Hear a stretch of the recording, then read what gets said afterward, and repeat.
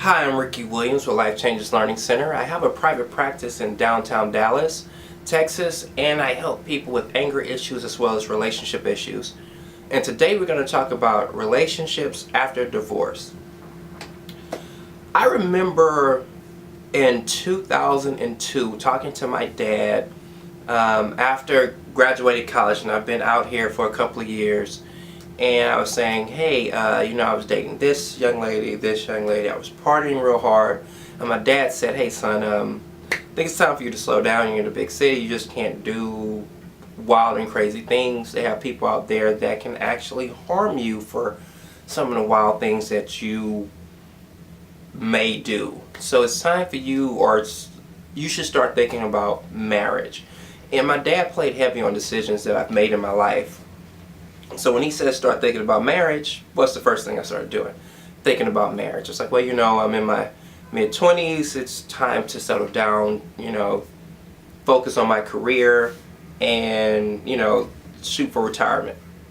So what I did was I got down on my knees and I started praying, God, I need a woman that is similar to me. I came from a two-parent home, I want a woman from a two-parent home.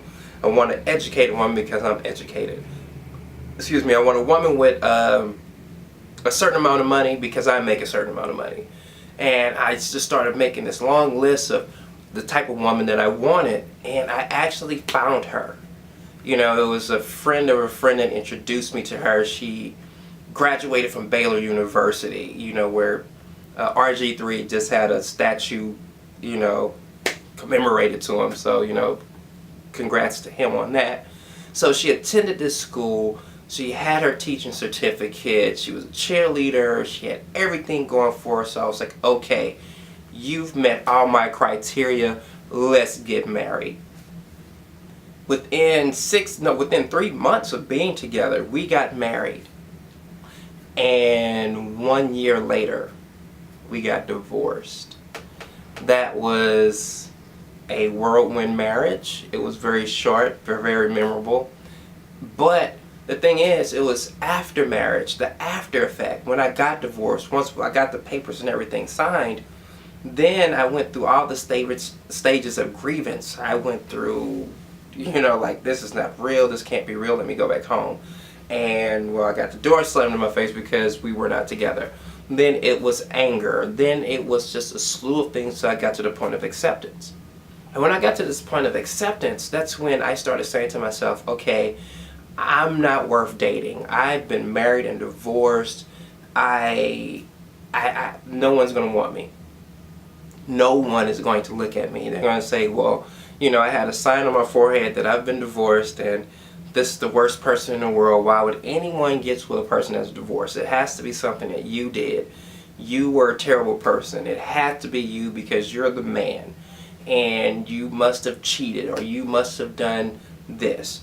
When in all actuality, we just grew apart. It had nothing to do with the fact that we had anything in common. It was just the fact that my list was so important that the commonality of having things in common was not one of my things that I prayed about.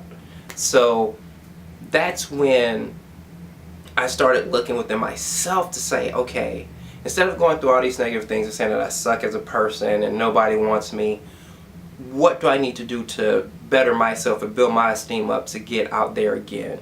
Because for a year after my divorce, I didn't have anybody. I didn't want to talk to any woman. I didn't want to see any woman. I would turn my head. I wouldn't strike up a conversation because I felt I was the negative person. Something was wrong with me. But in all actuality, I was just beating myself up for no reason because no one else was beating me up. In all actuality, most people were looking like, hey, you know what? I've been married before, been divorced. I've been married for 20 years and got divorced. You just have to get back out there. But the getting back out there is easy to say, but kind of hard to do. The first thing that you have to do is start building up your esteem, your self-esteem. You have to start saying, I'm worthy to be loved.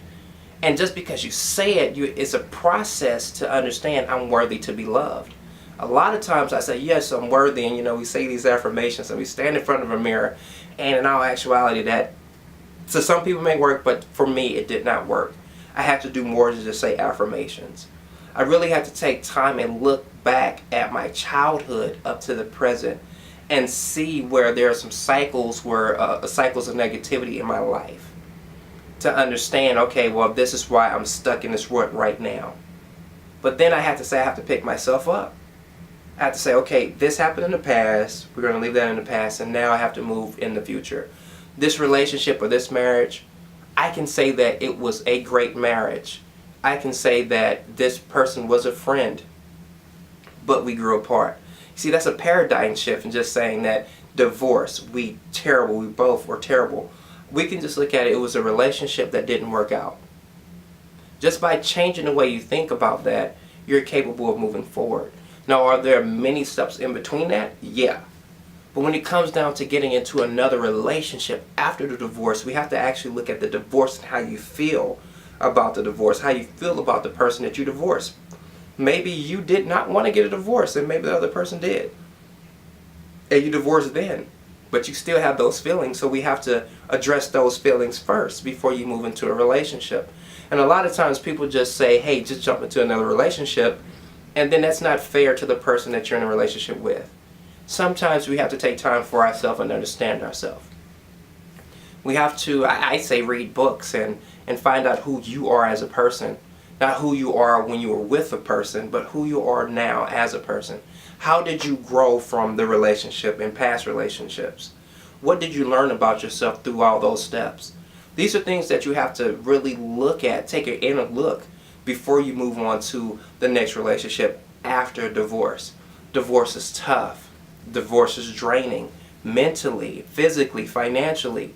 So there's a lot of things that you have to overcome before you move to the next stage, which is a relationship. Again, my name is Ricky Williams with Life Changes Learning Center, where our motto is heal, rebuild, and grow. Heal from your past, rebuild your present to grow your future. If you want to talk about how to deal with relationships or how to enter a relationship after divorce, click on the link below so you can learn a little bit more about me and see how much I can help you.